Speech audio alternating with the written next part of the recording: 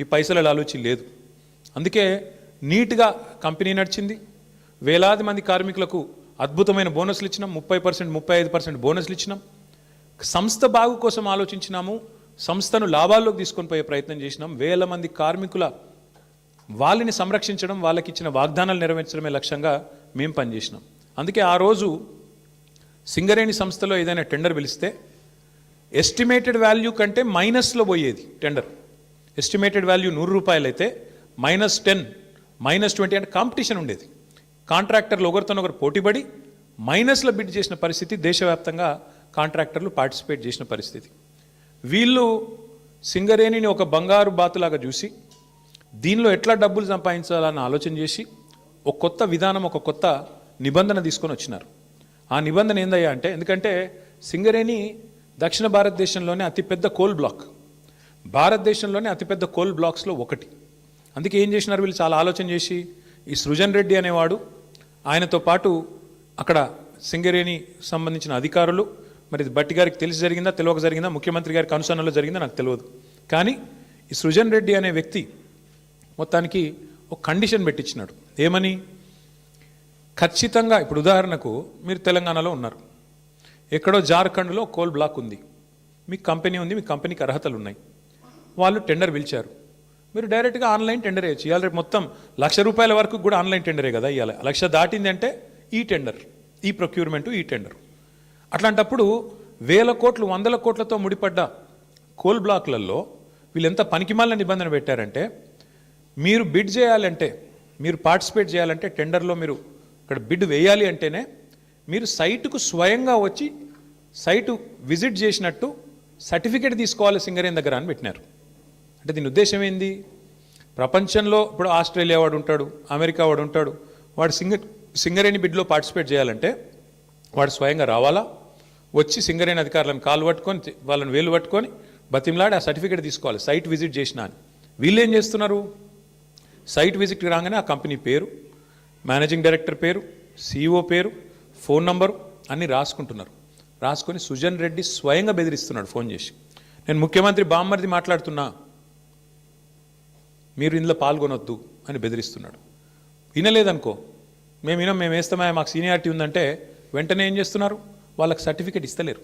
వాళ్ళు site visit చేసినట్టు కూడా సర్టిఫికేట్ ఇవ్వట్లేదు. తద్వారా వాళ్ళు పార్టిసిపేట్ చేయకుండానే ఎగరగొడతా ఉన్నారు. ఇది జరుగుతూ ఉంది సింగరేణి.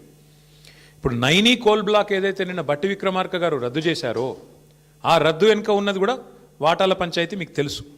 అట్లాగే ఈరోజు సింగరేణిలో జరుగుతున్నది కూడా అచ్చంగా ఇదే ఆధారంగా, ఇదే పద్ధతుల్లో ఏం జరిగింది అంటే, ఇప్పుడు నేను చదివి వినిపిస్తాను, మీరు వినండి. ఇది కొత్తగా ప్రారంభమైంది కాదు. రేవంత్ రెడ్డి గారి గవర్నమెంట్ రాగానే, కాంగ్రెస్ గవర్నమెంట్ రాగానే ఈ దోపిడీ స్టార్ట్ అయింది. ఎప్పుడు స్టార్ట్ అయింది? ఫిబ్రవరి 24 నుంచి స్టార్ట్ అయింది. ఫిబ్రవరి 20 రోజు ఎంక్వైరీ డేటు, ఒక 385 కోట్లది టెండర్ పిలిచిండ్రు. అప్పుడు ఇంకా ఈ సైట్ విజిట్ పెట్టినట్టు లేరు, అందుకే అప్పుడు కూడా లెస్లనే పోయింది. తర్వాత ఇంకొక టెండర్ పిలిచిండ్రు మేలో, అది కూడా లెస్లనే పోయింది. Godavari Khani RGOC1, RGOCP3 mine, ఈ రెండు కూడా ఇంకా అప్పటికి దిక్కుమాలిన దంద మొదలు కాలే. ఆడికెళ్ళి మొదలైంది కథ. ఎప్పుడు? 24కి వెళ్ళి 24 జూన్కి వెళ్ళి మొదలైంది.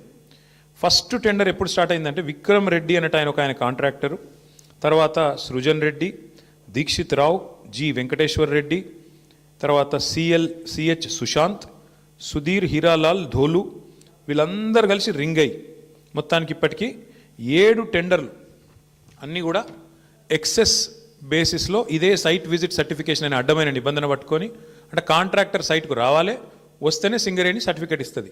తప్పన కాంట్రాక్టర్ నేను బిడ్ వేస్తా అంటే సర్టిఫికేట్ ఇయ్యేది. సృజన్ రెడ్డి ఫోన్కు, ఆయన బెదిరింపులకు లొంగకపోతే వినకుండా ఎక్సెస్, ఇప్పటికీ గతంలో -10, -22లో పోయిన టెండర్లు ఇవాళ డైరెక్ట్గా సృజన్ రెడ్డి కంపెనీకి 207 కోట్ల కాంట్రాక్టు +12%కి వచ్చింది. శోధా కన్స్ట్రక్షన్స్ అనే కంపెనీ సృజన్ రెడ్డిది, అలా భార్య పేరు ఉంటుంది అందులో.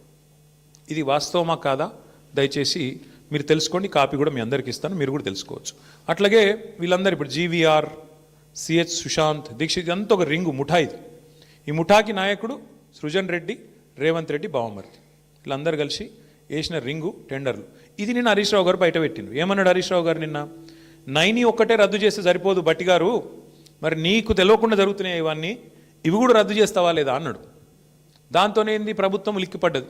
ఓహో మా దొంగతనం బయటపడుతుంది కాబట్టి ఏం చేయాలి, హరీష్ రావుకు నోటీసు. నేను సాయంత్రం నోటీసు, పొద్దున ఎంక్వైరీ. ఇది మొదటిసారి కాదు, 1000 కోట్లకు పైగా సివిల్ సప్లై స్కామ్ జరిగిందని బయట పెట్టంగానే అప్పుడు ఇట్లనే డైవర్షన్. మూసీ 1.5 కోట్ల కుంభకోణం బయట పెట్టంగానే అప్పుడు ఇట్లే డైవర్షన్.